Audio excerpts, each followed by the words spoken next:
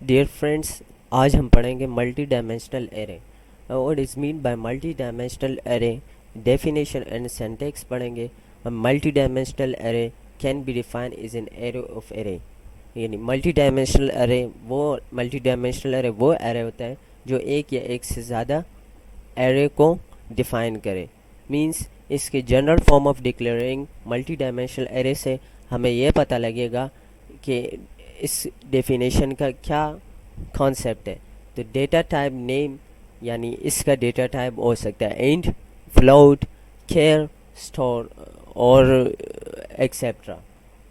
हम फिर उसके बाद नेम ऑफ एरे आपकी मर्ज़ी, डिपेंडेड है कि आप कौन सा नेम चूज़ करते हैं। उसका साइज़, फिर size 2, size 3 and so on. इसी तरह से एन मल्टी डायमेंशनल एरे आप क्रिएट कर सकते हैं। इससे पता लगा कि मल्टी डायमेंशनल एरे एक या एक से ज़्यादा एरे को मल्टी डायमेंशनल एरे कहते हैं। For example, data type integer, variable name ARR।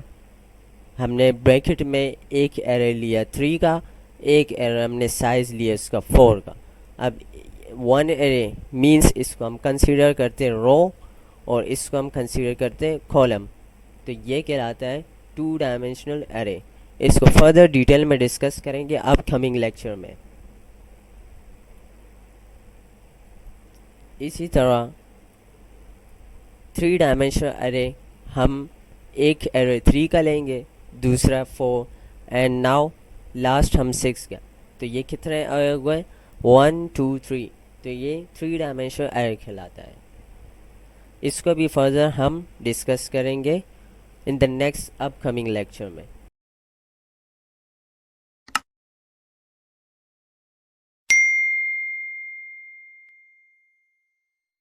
Size of calculation.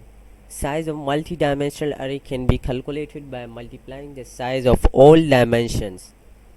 Means कि अगर हमें मल्टी डायमेंशनल अरे की साइज़ को कैलकुलेट करना है तो हमें तमाम अरे की साइज़ को आपस में मल्टीप्लाई करना होगा। सपोज़ हमारे पास एक साइज़ है, size of int data type एर वेरिएबल नेम। हमने 2 डायमेंशनल की एग्जांपल ली। हमें 2 डायमेंशनल कैसे पता लगा?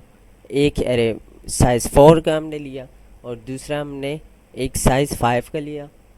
इन दोनों को जब हम कर्ली ब्रेसेस इस तरह की क्लोज ब्लेड ब्रैकेट्स में हम इसे जब क्लोज करते हैं तो ये डिक्लेरेशन ऑफ एरे कहलाता है। हमने 4 और 5 को सिंपली मल्टीप्लाई किया, एज अ रिज़ल्ट हमारे पास 20 आया। वी नो कि the size of per element is 4, यानी एक एलिमेंट का साइज 4 है।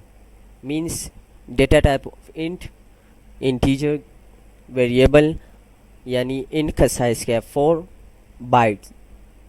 मीन्स कि अगर हम एक का साइज 4 लेते हैं, हमारे पास 20 एलिमेंट है इन दोनों एरेज में, यानी 2 डायमेंशनल एरे में।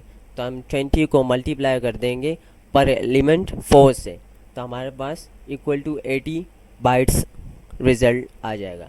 यानी 20 multiply 4 equal to 80 bytes. It's mean we can store up to 20 element in 2 dimensional array. Same as in 3 dimensional array. We consider size of int.